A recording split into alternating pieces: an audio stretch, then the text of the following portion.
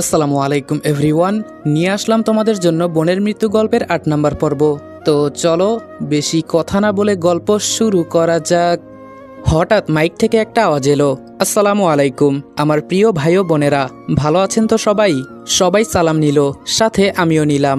তবে যাক, মন্ত্রীর মনটা অনেক ভালো, আমাদের সবাইকে সালাম তো দিয়েছে। আমরা ছাড়া এখানে অনেক বড় বড় নেতারাও আছে। রিয়া বলল, আমাকে তো আপনারা সবাই চিনেন। আমি বললাম, এই তাসলিমা, ওনাকে না চিনার কি আছে রে? ওনার পরিচয় তো আমরা সবাই জানি, উনি এদেশের স্বরাষ্ট্রমন্ত্রী। তাসলিমা বলল, তোকে বকবক করতে বলেছে উনি, চুপ করে শোন কি বলে। রিয়া বলল, তো আজকে আমি আপনাদের সামনে আসলাম কেন জানেন? আমি আপনাদের সবার সেবা করতে চাই, সেই সুযোগ আমাকে দিবেন না আপনারা? আমি বললাম, দেওয়ার কি আছে, আপনি আমার উপকার করলেই তো আমার আর কিছু লাগবে না, চান্স পেলে বউ করে নিব। রিয়া বলল, আমি সারা জীবন আপনাদের পাশে থাকতে চাই, এজন্য আজকে আমি একটা কঠিন সিদ্ধান্ত নিয়েছি। আমি সারা জীবন চিরকুমারী হয়ে থাকব, কখনো বিয়ে করব না। আজকে রক্ত, দুধ, পানি এই 3 জিনিস দিয়ে আমি পবিত্র হয়েছি। তাই আমি সবাইকে অনুরোধ করে বলছি, কেউ আমার পেছনে পড়ে থাকবেন না। আজকে যাকে এখানে মারা হয়েছে তিনি একজন মন্ত্রীর ছেলে, এটা তো সবাই জানেন। আমাকে প্রপোজ করার কারণে ওকে মারা হয় নাই, ছেলেটা 2টা মেয়েকে রেপ করেছে, এজন্য ওকে মারা হয়েছে। সবাইকে এখানে ডাকার এটাই কারণ। ইদানিং অনেক জায়গা থেকে আমার বিয়ের প্রস্তাব আসছে, তাই আমি আমার মতো জানিয়ে দিলাম সবার সামনে। সো আমি কি বলছি মনে থাকবে তো সবার? আমি অল্প বয়সে এই দেশের স্বরাষ্ট্রমন্ত্রী হয়েছি, তাই আমি চাই আজীবন আপনাদের সেবা করে কাটাতে। এসব বিয়ে টিয়ে করে সময় নষ্ট করতে চাই না। রিয়ার এই কথা শুনে আমি বুকের মাঝে হাত দিয়ে বসে পড়লাম। তাসলিমা বলল, এই তোর কি হয়েছে? আমি বললাম, তাসলিমা রে, আমার আম্মুর স্বপ্ন বুঝি আর পূরণ হলো না। তাসলিমা বলল, কি হয়েছে বলবি তো? আমি বললাম, ছ্যাঁকা খেয়ে বেকা হয়ে গেছি। তাসলিমা বলল, এটা মাথায় রাখবি, আমরা ওনার জন্য কাজ করতে এসেছি, আর এখানে কোনো প্রেম ভালোবাসা এসব চলবে না। আর আমার মনে হয় কি জানিস, উনি যা বলেছে ভালোই হয়েছে। আমি বললাম, ভালো না চাই? আচ্ছা তুই বলতো, তুই একটা মেয়ে, তোর কি জামাই দরকার আছে না? তাসলিমা বলল, হুম আছে। স্বামী ছাড়া কোনো মেয়ে চলতে পারে না, হয়তো অনেকেই পারে, তবে তাদের মন পাথর দিয়ে গড়ানো। আমি বললাম, তাহলে রিয়া এই কথা বলল কেন? তাসলিমা বলল, এই তুই কি বলিস, উনি আমাদের ম্যাম হয়। রিয়া বলতে কেউ যদি শুনে তাহলে বাড়িতে আর যেতে পারবি না, এখানেই কেটে রেখে দিবে। আমি বললাম, ধুর, ভালো লাগে না, যত সব ভেজালে শুধু আমি পড়ি। তাসলিমা বলল, আরে আরে কই যাস? আমি বললাম, বাসার ভেতরে আছি, ওর ডায়লগ আর শুনতে পারবো না, এমনিই মনটা ভেঙে একাকার হয়ে গেছে। হেঁটে হেঁটে ভেতরে চলে গেলাম। আসলেই কিছু কিছু স্বপ্ন শুধু স্বপ্নই থেকে যায়, এগুলো হয়তো বাকি জীবনে আর পূরণ হবে না। আমার আম্মুর ইচ্ছে বুঝি আমি আর পূরণ করতে পারলাম না। আচ্ছা ও এমনটা বলল কেন? এখানে কোনো কারণ তো আছেই, আবার হয়তো নাই। যাক, এসব আমার চিন্তা করে কি লাভ। গাইস, তোমরা তো জানো আমার ক্যাশ প্রাইজ গিভওয়ে করার কথা ছিল, যেটা রোজার ব্যস্ততার কারণে করা হয়নি। আমি ইনশাল্লাহ ঈদের দিন গিভওয়েটা করব। তোমরা হয়তো ভাবছো আমি গিভওয়ে করার জন্য টাকা কোথায় পাবো। আমি 1x গেম খেলার মাধ্যমে প্রতিদিন টাকা আয় করি। তোমরাও যদি আমার মতো টাকা আয় করতে চাও তাহলে এখনই গুগলে 1x সার্চ করে অফিসিয়াল ওয়েবসাইটে গিয়ে রেজিস্ট্রেশন করো। আর রেজিস্ট্রেশনের সময় যদি আমার দেওয়া স্পেশাল প্রোমো কোড রেদওয়ান8 ইউজ করো তাহলে তোমরা অসংখ্য বোনাস এবং ফ্রি স্পিন পেয়ে যাবা। আর 1x কিন্তু একটা ইন্টারন্যাশনাল লাইসেন্সকৃত প্ল্যাটফর্ম এবং সবচেয়ে বিশ্বস্ত। এখানে সকল মোবাইল ব্যাংকিং অ্যাপের মাধ্যমে সহজেই তোমরা তোমাদের জেতা টাকা তুলতে পারবে। আর 24 ঘন্টা 7 দিন কাস্টমার সাপোর্ট সুবিধা রয়েছে। তাই আমি এটা ব্যবহার করে আমার রেগুলার হাত খরচের টাকা আয় করি। তোমরাও ট্রাই করে দেখতে পারো। সামনে তাকিয়ে দেখি একটা পিচ্চি মেয়ে বল নিয়ে খেলা করছে। আমি ডাক দিয়ে বললাম, এই বাবু, এই দিকে আসো। একটা ছেলে আমার দিকে এগিয়ে এসে বলল, এই আপনি কে? আর ম্যাডামকে বাবু বলছেন কেন? আমি আমার কার্ডটা ছেলেটাকে দেখাতেই ও দূরে সরে গেল। আমি মেয়েটার কাছে গিয়ে বললাম, কি করো মামুনি? মেয়েটা বলল, এই আমাকে মামুনি বলবে না, আমার নাম তুবা। আমি বললাম, মামুনি তো আমি তোমাকে আদর করে বলেছি, কেন তোমার ভালো লাগে নাই? তুবা বলল, আমি এখন বড় হয়েছি বুঝলেন, এসব কেউ আমাকে বলে না, তাই হঠাৎ করে শুনে আশ্চর্য লাগলো। আমি বললাম, তুমি তো খুব কিউট করে কথা বলতে পারো, তোমার নামটা অনেক সুন্দর। যাক, তুমি এখন কি করো? তুবা বলল, এই তো ভাইয়া বল খেলি, আপনি খেলবেন আমার সাথে? আমি বললাম, না আমি খেলবো না। আচ্ছা রিয়া ম্যাম তোমার কি হয়? তুবা বলল, আরে উনি তো আমার বড় বোন, তবে আজকে আমার মনটা খুব খারাপ। আমি বললাম, কি জন্য খারাপ? তুবা বলল, জানেন আমি না কাউকে দুলাভাই বলে ডাকতে পারবো না। আপু বলল, আপু নাকি আর জীবনে বিয়ে করবে না, একা একাই জীবন পার করে দিবে। খুব ইচ্ছে ছিল দুলাভাইয়ের সাথে মজা করব, কাউকে দুলাভাই দুলাভাই বলে ডাকবো।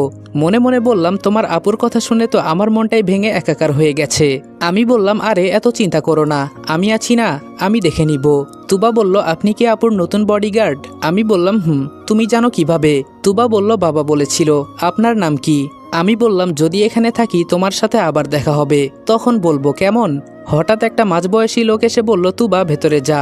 তুবা বলল, ওকে বাবা। এখন মনে হয় আমাদের পরীক্ষা করবে, দেখি কি হয়। আমি তাসলিমার সাথে গিয়ে ওনার সামনে মাথা নিচু করে দাঁড়ালাম। আমাদের পাশে অনেক ছেলে পেলে পিস্তল নিয়ে দাঁড়িয়ে আছে, মনে হচ্ছে যেন আমরা বড় কোনো অপরাধী। সামনে দাঁড়িয়ে থাকা লোকটা বলল, তো তোমাদের নামগুলো যেন কি? তাসলিমা বলল, জি আমার নাম তাসলিমা, আর ওর নাম রনি। লোকটা বলল, তো তোমরা এখানে এসেছো আমার মেয়েকে প্রোটেকশন দিতে, তাই তো? তাসলিমা বলল, জি স্যার। লোকটা বলল, পারবে তো আমার মেয়েকে রক্ষা করতে? আমি বললাম, কি বলেন স্যার, পারবো না মানে? আপনি শুধু আমাদের দায়িত্ব দিয়ে দেখুন। লোকটা বলল, সে তো দিবই, তোমরা জানো ও আমার একমাত্র আদরের মেয়ে। আমি বললাম, স্যার কিছু না বললে একটা কথা বলতাম। লোকটা বলল, আমি বুঝে গেছি তুমি কি বলতে চাও। একটু আগে যে এখানে ছিল সে কি আমার মেয়ে নাকি না, এটাই তো? আমি বললাম, জি স্যার। লোকটা বলল, আমি আমার ছেলে মেয়েদের পরিচয় দিই তখন যখন ওরা বড় কিছু হতে পারে। এর আগে মানুষ জানতো আমার কোনো মেয়ে নাই। যখন রিয়াকে আমি স্বরাষ্ট্রমন্ত্রী বানাতে পেরেছি তখন সবাই জানতে পারে আমার একটা মেয়ে আছে। ঠিক তেমনই আমার ছোট মেয়েকে এভাবে বড় করে ওর মতো একটা দায়িত্ব দিয়ে ওর পরিচয় দিব। আমি বললাম, বুঝে গেছি স্যার। লোকটা বলল, আমাকে স্যার বলতে হবে না, আমাকে আঙ্কেল বলতে পারো, এতে আমি কিছু মনে করব না। আমি বললাম, কি যে বলেন, আপনি এত বড় একজন মানুষ, আপনাকে কিভাবে আঙ্কেল বলি? লোকটা বলল, সে যাই বলো, এর আগে অনেক বডিগার্ড আমার মেয়েকে রক্ষা করার জন্য এসেছিল, কিন্তু সবাই ভয়ে পালিয়ে গেছে। আমি বললাম, কেন জানতে পারি? লোকটা বলল, সে পারবে, তবে সময় হলে। আমার এই মেয়েকে স্বরাষ্ট্রমন্ত্রী বানাতে অনেক বড় বড় মন্ত্রীকে মারতে হয়েছে আমার, তো তুমি ভাবতে পারছো ও আমার কত আদরের মেয়ে। আমি বললাম, স্যার বুঝে গেছি, আর বলতে হবে না। লোকটা বলল, তোমাদের মাকে নয়তো তোমার বাবাকে কল করো। আমি বললাম, কিন্তু কেন স্যার? লোকটা বলল, যা করতে বলেছি তাই করো। আমি আমার মাকে কল দিলাম। আম্মু বলল, বাবা বল, সব ঠিক আছে তো? লোকটা বলল, বলো আজকের পর থেকে আমার মুখ আর নাও দেখতে পারো। ফোনটা হাতে রেখে আবার বললাম, কি স্যার? স্যার বলল, যা বলতে বলেছি তাই বলো, আমি এত বেশি কথা পছন্দ করি না। আমি ভয়ে ভয়ে আম্মুকে এই কথা বলে দিলাম, ফোনটা রেখে দিলাম। তবে তাসলিমা স্বাভাবিক হয়েই বলল, ওর ভেতরে কোনো রিয়াকশন দেখতে পারলাম না। উনি আমাদের সামনে দুইটা পিস্তল রেখে বলল, আমার মেয়ের জন্য তোমরা কি কি করতে পারবে? তাসলিমা বলল, স্যার আমরা আমাদের জীবনটা পর্যন্ত দিয়ে দিব ওনার জন্য। আমি মনে মনে বললাম, তুই জীবন দে শালি, মরার কোনো ভয় নাই নাকি? ওর জন্য কেন আমরা মরব? আমাদের কি এই জীবনের কোনো মূল্য নাই? কিন্তু ওনার কথা যদি না শুনি এমনি উনি আমাদেরকে মেরে ফেলবে। শালা কি একটা বিপদে এসে ফেসে গেছি, এখন এটা বুঝতে পারছি। স্যার বলল, এই ছেলে তোমার কি হলো, কথা বলো না কেন? ভয়ে ভয়ে বললাম, জি স্যার, আমরা ম্যাডামের জন্য নিজের জীবন বিলিয়ে দিতেও রাজি আছি। স্যার বলল, গুড, তোমরাই তো পারবে, এখন পিস্তল নিয়ে নিজের মাথায় তাক করে ধরো। আমি বললাম, কি? স্যার বলল, এত অবাক হওয়ার মতো কি আছে, যা বলেছি তাই করো। তাসলিমা তো সাথে সাথে পিস্তল নিয়ে ওর নিজের মাথায় ধরে আছে। এখন যদি প্রিয়জনের জন্য মরতাম তাও কোনো আফসোস থাকতো না, আর অপরিচিত একটা মেয়ের জন্য নিজের জীবন দিয়ে দিব ভেবেও কষ্ট হচ্ছে। আস্তে আস্তে আমিও আমার মাথায় ধরলাম, তবে আমার হাতটা কাঁপতে লাগলো। তাসলিমা বলল, স্যার আমার বাবা মা সবসময় বলতো ডিউটি অবস্থায় মারা গেলে তুই বলতে পারবি দেশের জন্য মারা গিয়েছিস। আর আজকে তো আমরা একজন মহান মানুষের জন্য মরব, তিনি আমাদের দেশের রত্ন, দেশের সেবা করেন উনি। মরার পর সবাই বলবে একজন স্বরাষ্ট্রমন্ত্রীর জন্য দুইজন প্রাণ দিয়েছে, এর থেকে মহান আর কি হতে পারে? তাসলিমার কথা শুনে একটু সাহস এলো। আমি বললাম, জি স্যার, মরতে হলে দেশের জন্য মরব, আপনি শুধু বলেন, এখন ওই ট্রিগার চাপ দিব। 1 2 3 বলে কাউন্ট করার সাথে সাথেই কি যেন মনে করে চাপ দিলাম, কিন্তু গুলি বের হলো না। এটা দেখে মনটা আনন্দে নেচে উঠল। তার মানে আমরা পরীক্ষায় পাশ করেছি, আজকে থেকে আমরা ওনার বডিগার্ড হয়ে কাজ করব। স্যার বললেন, গুড জব, তোমরা পেরেছো। এর আগে অনেকেই এমন পরীক্ষা দিয়েছি, কিন্তু কেউ পাশ করতে পারে নাই, তোমরা পেরেছো। আমি বললাম, বলেছি না স্যার, আমরা ম্যামের জন্য সব করতে পারি। দেখিয়েন ওনার শরীরে একটাও ফুলের টোকাও পড়তে দিব না। তবে কে কি করবে আমি জানি না, আমি থাকতে কখনো ম্যাডামের কোনো ক্ষতি হতে দিব না, এটা আমার প্রমিস। স্যার বললেন, তোমার কথা আমার পছন্দ হয়েছে, আমার সাথে আসো। উনি আমাকে ধরে নিয়ে টেবিলে বসালেন, আর তাসলিমা এক সাইডে দাঁড়িয়ে আছে। স্যার বললেন, তোমার কথা শুনে আমি খুব খুশি হয়েছি, তুমি আমার মন জিতে নিয়েছো। এই ওকে খাবার দাও তো। আমি বললাম, স্যার আপনার সাথে বসে খাবার খাওয়ার মতো যোগ্যতা আমার নাই। স্যার বললেন, আরে এভাবে নিজেকে ছোট মনে করবে না, খাও। ওনার কথা শুনে মনে হলো সত্যি উনি খুব ভালো। কিছু খাবার খাওয়ার পর গলায় জ্বালা পোড়া করতে লাগলো, মনে হচ্ছে যেন আমার ভেতরটা আগুনে পুড়ে ছারখার হয়ে যাচ্ছে। খাবার রেখেই গলায় হাত দিলাম। স্যার আমার অবস্থা দেখে ডাক্তার ডাক্তার বলে চিৎকার করতে লাগলো। আমি শুধু ওনার কথা শুনতে পারতেছি, উনি আমার সাথে বেইমানি করেছে, এটা আমি খুব ভালো করেই বুঝতে পেরেছি। তাসলিমা আমার কাছে আসতে চেয়েছে, কিন্তু ওকে না করা হয়েছে। একজন ডাক্তার এসে বলল, বলুন স্যার। স্যার বলল, ওর খাবারে অল্প কিছু বিষ দেওয়া হয়েছে, যাতে না মারা যায় সেই ব্যবস্থা করুন।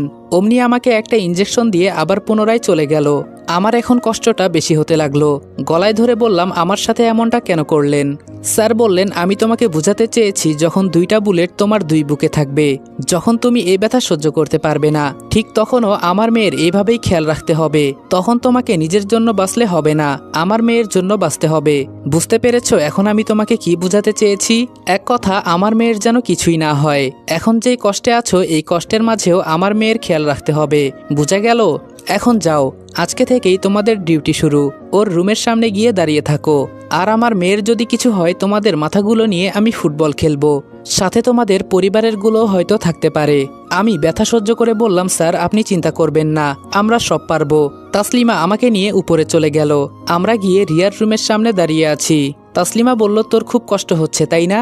আমি বললাম, আমার ভেতরে বিষ দেওয়া হয়েছে, আর বলছিস কষ্ট হচ্ছে নাকি? আমার কলিজায় আগুন লেগে আছে মনে হচ্ছে, সহ্য করতে পারছি না রে। আর চোখ দিয়ে এক ফোঁটা পানি পড়ে গেল। তাসলিমা বলল, কেমন মানুষ উনি? পরীক্ষা করতে গিয়ে তোকে বিষ খাইয়ে দিল। এসব কিছু না, সব সহ্য করে কাজ করতে হবে, বুঝলে? আমাদের সিনিয়র স্যার আমাকে উদ্দেশ্য করে বলল। আমি বললাম, স্যার আমি পারবো, আপনি চিন্তা করবেন না। স্যার বলল, গুড। আমি বললাম, তাসলিমা তোর কাছে টক জাতীয় কিছু আছে? তাসলিমা বলল, না। আমি বললাম, তুই তাহলে এখানে একটু দাঁড়া, আমি পানি খেয়ে আসি। তাসলিমা বলল, যা। আমি পানি খেয়ে আবার দরজার সামনে দাঁড়ালাম। তাসলিমা বলল, দেখিস ওর বাবার জন্য একদিন ওর মেয়ে বিপদে পড়বে, তখন হিসাব করে নিস আমার কথা। শালা পরীক্ষা করে আমাদের। মনটা চাইছিল ওকে যে। আমি বললাম, এসব বলিস না, অন্য কেউ শুনতে পাবে। তাসলিমা বলল, সব সময় থানায় সময় কাটিয়েছি, আর এখন দরজার সামনে দাঁড়িয়ে পাহারা দিতে হয়, কেন যে এখানে আসতে গেলাম? আমি বললাম, দেখি সামনে আবার কোন পরীক্ষা অপেক্ষা করছে আমাদের জন্য। তাসলিমা বলল, ম্যাম তো এখনো বের হয় নাই, চিন্তা হচ্ছে আমার। আমি বললাম, তোর চিন্তা করে কি লাভ, যা করার তো আমাকেই করে। তাসলিমা বলল, এই খারাপ কথা একদম বলবি না। আমি বললাম, তো কি করব, রাগে শরীরটা ফেটে যাচ্ছে। তাসলিমা বলল, আমাদের জীবনটাই এমন। হঠাৎ দরজা খোলার আওয়াজ শুনতে পেলাম। সামনে তাকিয়ে দেখি রিয়া ম্যাম আসছে। আমাদের কাছে এসে একবার ভালো করে তাকিয়ে দেখলেন। আমরা মাথা নিচু করে দাঁড়িয়ে আছি। রিয়া ম্যাম বললেন, তোমরা তো আজকে থেকে আমার বডিগার্ড নাকি? তাসলিমা বলল, জি ম্যাম। রিয়া ম্যাম বলল, তোমার নাম কি? তাসলিমা বলল, আমার নাম তাসলিমা। রিয়া বলল, ওহ তাসলিমা, খুব সুন্দর নাম। কত বছর ধরে পুলিশের চাকরি করো? তাসলিমা বলল, এই তো ম্যাম মাত্র 3 বছর। রিয়া ম্যাম বলল, ও বিয়ে হয়েছে তোমার? তাসলিমা বলল, না ম্যাম, তবে বিয়ের কথাবার্তা চলছে। রিয়া বলল, একটা কথা কি জানো তোমরা? তাসলিমা বলল, কি ম্যাম? রিয়া বলল, কি ব্যাপার, শুধু তুমি কথা বলছো, এই ছেলে তুমি কথা বলো না কেন? আমি বললাম, জি ম্যাম, আমাকে তো আপনি কিছু বলেন নাই। রিয়া বলল, তোমার সাথে একটু পরে কথা বলবো, তুমি অপেক্ষা করো। তো মিস তাসলিমা, আমার সাথে যারা কাজ করে, এক কথায় তাদের বউ বাচ্চা এমনকি স্বামীও থাকতে পারবে না। আমার মতোই সিঙ্গেল হয়ে আমার সাথে কাজ করতে হবে, বুঝে গেছো? তাসলিমা বলল, জি ম্যাম, আর বলতে হবে না আপনাকে। রিয়া বলল, আর যদি বিয়ে করার ইচ্ছে থাকে তাহলে এখনই চাকরি ছেড়ে চলে যেতে পারো। আমি বললাম, ম্যাম আপনাকে পার্সোনাল একটা কথা বলবো। আমার দিকে একবার ভালো করে তাকিয়ে দেখলেন। রিয়া বলল, মাত্র চাকরিতে জয়েন করেছো, এর মাঝেই আমাকে পার্সোনাল কথা বলতে চাও? আমি বললাম, সরি ম্যাম, আমার ভুল হয়ে গেছে। রিয়া বলল, মনে থাকে যেন। আর তুমি আমার সাথে আসো, তোমার সাথে কিছু দরকারি কথা আছে আমার। আমাকে উদ্দেশ্য করে বলল। আমি বললাম, জি ম্যাম, কিন্তু। রিয়া বলল, একা একা ভয় পাচ্ছ নাকি? তুবা, এই তুবা। রিয়ার ছোট বোন দৌড়ে এসে বলল, কি হয়েছে আপু? রিয়া বলল, ভেতরে যা তো একটু, উনি নাকি একা একা ভয় পাচ্ছে। আমি মনে মনে বললাম, ও মা, আমি আবার কখন বললাম আমি একা একা ভয় পাচ্ছি? রিয়া বলল, কি মিস্টার, আসেন, নাকি আমন্ত্রণ জানাতে হবে আপনাকে? তাসলিমা বলল, ম্যাম আমি কি এখানেই থাকবো? রিয়া বলল, তুমি এখানে দাঁড়িয়ে থাকো। রিয়া অবাক করে আমাকে ভেতরে নিয়ে দরজা বন্ধ করে দিল। এটা দেখে তো আমার কলিজায় পানি নাই, না জানি এখন কি করে। তুবা বলল, আপু ভাইয়াকে কি বলবে? রিয়া বলল, নে তুই ফোনে গেম খেল, কেমন? আমি ভয়ে ভয়ে বললাম, ম্যাম আমাকে কিছু বলবেন? রিয়া বলল, বলার জন্যই তো দরজা বন্ধ করলাম। আমি বললাম, জি বলুন। রিয়া বলল, তোমার নাম রনি, তোমার মা থানার ওসি। একে একে আমার পরিবারের সবকিছু বলে দিল। আমি পুরাই অবাক হয়ে গেছি। ম্যাম এসব জানে কিভাবে?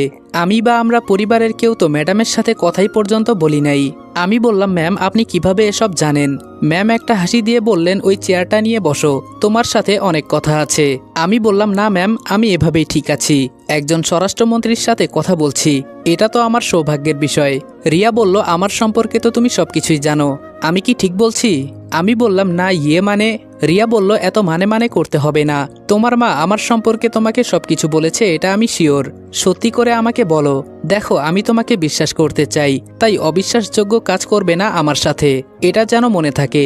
আমি বললাম জি ম্যাম, আপনার সম্পর্কে আমার আম্মু সবকিছু আমাকে বলেছে। রিয়া বলল জানো তোমার আম্মু খুব ভালো একটা মানুষ, উনি জানতো আমি ব্যাংক ডাকাতি করেছি, এরপরেও আমার পিছু ছেড়ে দিয়েছে। আমি বললাম এসব কেন করতে গেলেন ম্যাম? রিয়া বলল তখন আমি একটা বড় বিপদে পড়েছিলাম, এজন্য এসব করতে হয়েছে, আর সেই দিন ব্যাংকে গিয়ে সব টাকা জমা করে দিয়েছি। আমি বললাম শুনেছি আপনি নাকি এতিমখানা চালান। রিয়া বলল এজন্যই তো তোমার মা আমার পিছু ছেড়েছে, না হলে। জানো তোমার মাকে আমি একটু ভয় পেয়েছিলাম, কারণ উনি যে ফাইল হাতে নেন এর সমাধান করেই ছাড়ে, আর ওনার ওপর লেভেল পর্যন্ত হাত আছে, এজন্য আমার একটু ভয় হয়েছিল। আচ্ছা কি বলে ডাকবো তোমাকে? আমি বললাম ম্যাম যা ইচ্ছা বলতে পারেন, আমার কোনো সমস্যা নেই। রিয়া বলল আমি এভাবে কারোর সাথে কথা বলি নাই, তোমার সাথে একান্তে কথা বলার একটা কারণ আছে, এটা কি তুমি জানো? আমি বললাম না ম্যাম। রিয়া বলল তোমার মা অনেক ভালো, আর উনি তোমাকে আমার প্রোটেকশন করার জন্য দায়িত্ব দিয়েছে, পারবে তো সবকিছু সামলে রাখতে? আমাকে ইশারা করে বলল কানের ব্লুটুথ খুলতে, আমিও খুলে ম্যামের হাতে দিয়ে দিলাম। রিয়া বলল তোমরা কয়জন একসাথে কাজ করো? আমি বললাম স্যারের মানা আছে বলতে। ম্যাম আমার দিকে তাকিয়ে গম্ভীর হয়ে বলল আমি তোমাকে স্পেশাল করতে চাই। আমি বললাম কিভাবে ম্যাম? রিয়া বলল তোমার মা অনেক ভালো, আর ওনার ছেলে তুমি, এজন্যই আমি তোমাকে বিশ্বাস করি। আমি বললাম ম্যাম আমি থাকতে আপনার কোনো ক্ষতি হবে না। রিয়া বলল এজন্যই তো আমি তোমাকে স্পেশাল করতে চাই। আমি বললাম সেটা আবার কিভাবে ম্যাম? রিয়া বলল কয়জন মিলে একসাথে কাজ করো এটা আগে বলো, এখন তো আর তোমার সিনিয়র অফিসার শুনছে না, তুমি নির্ভয়ে বলে ফেলো। আমি বললাম এখান থেকে গেলে হয়তো তিনি আমাকে আর আসতে দিবেন না। রিয়া বলল আমি কে তুমি তো জানো। আমি বললাম জি ম্যাম। রিয়া বলল আমি চাই তুমি শুধু আমার হয়ে কাজ করো। আমি বললাম সেটা কিভাবে? রিয়া বলল আগে বলো তোমার গ্রুপে কয়জন আছে? আমি বললাম জি ম্যাম 5 জন, 2 জন লুকিয়ে আপনাকে প্রোটেকশন দিবে, আর একজন সিনিয়র স্যার, ওনার কথা ছাড়া আমরা কোনো কাজ করতে পারবো না, এটাই ওনার হুকুম। রিয়া বলল বুঝে গেছি, আজকে থেকে তুমি কারো হুকুম মেনে কাজ করতে পারবে না, আর তোমার চাকরির কি হয় সেটা আমি দেখব, তোমার চিন্তা করতে হবে না, তুমি শুধু আমার হুকুম মেনে কাজ করবে, অন্য কারো কথায় না, বুঝলে? আমি বললাম ম্যাম আমি তো এখানে আসছি আম্মুর কথা শুনে। রিয়া বলল তোমার মা আমার ভালো চায়, এজন্য তোমাকে আমার কাছে পাঠিয়েছে, এখন বলো আমি কি বলেছি, পারবে তো? আমি বললাম জি ম্যাম পারবো, আপনার চিন্তা করতে হবে না। রিয়া বলল গুড। এই বলেই ফল কাটার চাকুটা হাতে নিলেন। আমি বললাম আরে আরে ম্যাম করেন কি? রিয়া বলল কেন কি হয়েছে? আমি বললাম আপনার বাবার মতো আপনিও কি আমাকে আবার পরীক্ষা করতে চান নাকি? রিয়া বলল কেন, আমার বাবা তোমাকে আবার কি করেছে? আমি বললাম কি করেছে তা আর বলিয়েন না, উনি আমাদের পরীক্ষা করতে হাতে পিস্তল তুলে দিয়েছে, পিস্তল দিয়ে বলেছে নিজেকে মারার জন্য, আর আমাকে তো খাবার সাথে বিষ মিশিয়ে দেওয়া হয়েছে, এখনো গলায় জ্বালাপোড়া করছে। রিয়া বলল তুবা কিচেন থেকে টক জাতীয় কিছু এনে ওনাকে খাওয়া। তুবা বলল পরে আপু, এখন খেলছি। আমি বললাম থাক সমস্যা নেই, এতটা নেই এখন। রিয়া বলল আমার বাবা এমনই, তিনি সহজে কাউকে বিশ্বাস করতে পারে না, কিন্তু আমি তোমাকে খুব সহজেই বিশ্বাস করে ফেলেছি, চিন্তার কিছু নেই, আমি বাবার মতো তোমাকে আবার পরীক্ষা করব না। আমি বললাম এত ক্ষমতাশালী একজনকে প্রোটেকশন করতে হবে, এভাবে তো আর কেউ বিশ্বাস করবে না, তবে ম্যাম আপনি খুব ভালো। রিয়া বলল আমার সাথে কয়েকদিন কাজ করো, পরে জানতে পারবে আমি কতটা ভালো। আমি বললাম ম্যাম তাহলে কি আমি যেতে পারি? রিয়া বলল কেন, আমাকে কি এখনো ভয় পাও? আমি বললাম এই তো একটু। বাইরে তাসলিমা দাঁড়িয়ে আছে, ও কি না কি মনে করে। রিয়া বলল একটু আগে আমি কি বলেছি শুনেছ তো? আমি বললাম আপনাকে ব্যক্তিগত প্রশ্ন আমি করব না, তবে যখন আমাকে সম্পূর্ণভাবে বিশ্বাস করতে পারেন তখন বলিয়েন। তুবা বলল ভাইয়া তোমার সাথে তো এখন দেখা হয়েছে, নামটা বলবা না? রিয়া বলল কি রে তুবা, তুই ওনাকে চিনিস নাকি? তুবা বলল আপু, ভাইয়ার সঙ্গে কিছুক্ষণ আগেই কথা হয়েছে। আমি বললাম আমার নাম রনি। তুবা বলল খুব সুন্দর নাম ভাইয়া। রিয়া বলল তোমার মাকে একদিন বলিও এখানে এসে আমাকে দেখে যেতে। আমি বললাম আপনার সময় হবে ম্যাম, আপনি তো। রিয়া বলল বলতে হবে না, আমাকে বলিও শুধু, আমি সময় বের করে নিব, আর সাবধান বাইরে যখন আমার সাথে থাকবে আমার সাথে কথা বলার একদম চেষ্টা করবে না। আমি বললাম কেন ম্যাম? রিয়া বলল সেটা পরে জানতে পারবে, আর যদি আমার বিরুদ্ধে কোনো কাজ করো আমি ছাড়লেও বাবা কিন্তু তোমাকে ছাড়বে না। আমি বললাম আরে ম্যাম আপনি আমাকে যেভাবে বিশ্বাস করেছেন এর মূল্য অবশ্যই আপনি পাবেন। রিয়া বলল শুনে খুশি হলাম। আমি বললাম ম্যাম তাহলে আজকে আপনি কি কোনো জায়গায় বের হবেন? রিয়া বলল না আজকে আর তেমন কাজ নেই, আমি বললাম তাহলে আমরা কি চলে যাব ম্যাম? রিয়া বলল চলে তো যাবে, তার আগে একটা কাজ আছে। আমি বললাম কি কাজ ম্যাম? রিয়া বলল আসো আমার সাথে। ম্যাম দরজা খুলে আমাকে পাশের রুমে নিয়ে গেল। সেখানে অনেকগুলো ছেলে লাঠি হাতে নিয়ে দাঁড়িয়ে আছে। এটা দেখে আমার কলিজায় পানি নাই। আমি বললাম ম্যাম আমাকে কি এখন আপনি মারতে চান? আর কত পরীক্ষা করবেন আমাকে আপনারা? রিয়া বলল তোমায় দেখে একটু মায়া লেগেছে, কি করা যায় বলো তো? আমি বললাম একটু আগে কত সুন্দর করে কথা বললেন, আর এখন? রিয়া একটু রেগেই বলল এগুলো তোকে এমনিই বলেছি, আর ভাবিস না আমার সাথে তুই ফ্রিভাবে কথা বলবি। আমি বললাম আপনাকে আমি কি কিছু বলেছি ম্যাম? রিয়া বলল যা আমি তোকে ছেড়ে দিলাম, কিন্তু আমার কথার অমান্য হলে কিন্তু আমি তোকে ছাড়বো না। আমি আস্তে করে বললাম বাপের মতোই দেখি মেয়েও 1 নাম্বার খাটাস। রিয়া বলল কি রে কিছু বললি নাকি? আমি বললাম না ম্যাম, আমি আবার কি বলবো? যদি আমার দ্বারা আপনার কোনো ক্ষতি হয় তখন আমি মাথা পেতে আপনার কাছে এসে দাঁড়াবো, তখন যা পারেন করিয়েন। রিয়া বলল আচ্ছা এখন তাহলে যা, কালকে সকাল থেকে ডিউটি শুরু তোদের। আমি বললাম জি ম্যাম। একটা মেয়ে মানুষের এত রূপ যে থাকতে পারে সেটা আমার আগে জানা ছিল না। একটু আগে কত সুন্দর মধুর কণ্ঠে কথা বলছিলেন, আর এখন আমাকে মারার জন্য নিয়ে গিয়েছিল। বাহিরে এসে তাসলিমাকে টেনশনে দেখে বললাম কি হয়েছে তোর? তাসলিমা বলল স্যার নাকি তোকে লাইনে পাচ্ছে না। আমি বললাম স্যারের সাথে পরে কথা বলবো, এখন চল বাসায় চলে যাই, ম্যাম আমাদের ছুটি দিয়েছে। তাসলিমা বলল তাহলে চল। যেতে যেতে তাসলিমা আমাকে বলল ম্যাম তোকে কি বলেছে ভেতরে ডেকে? আমি বললাম পরে বলবো, এখন বাসায় যাই, খুব খিদে লেগেছে আমার। তাসলিমাকে বিদায় করে দিয়ে আমি বাসায় যেতে লাগলাম। বাসায় এসে দেখি। আসসালামু আলাইকুম এভরিওয়ান। বোনের মৃত্যু গল্পের 8 নাম্বার পর্ব এখানে শেষ করলাম। ভিডিওটা ভালো লাগলে উড়াধুরা লাইক কমেন্ট এবং শেয়ার করে দিও, আর চ্যানেলে নতুন হলে সাবস্ক্রাইব করতে ভুলবে না। তো দেখা হচ্ছে নেক্সট ভিডিওতে, ততক্ষণ ভালো থাকবা, সুস্থ থাকবা, আল্লাহ হাফেজ।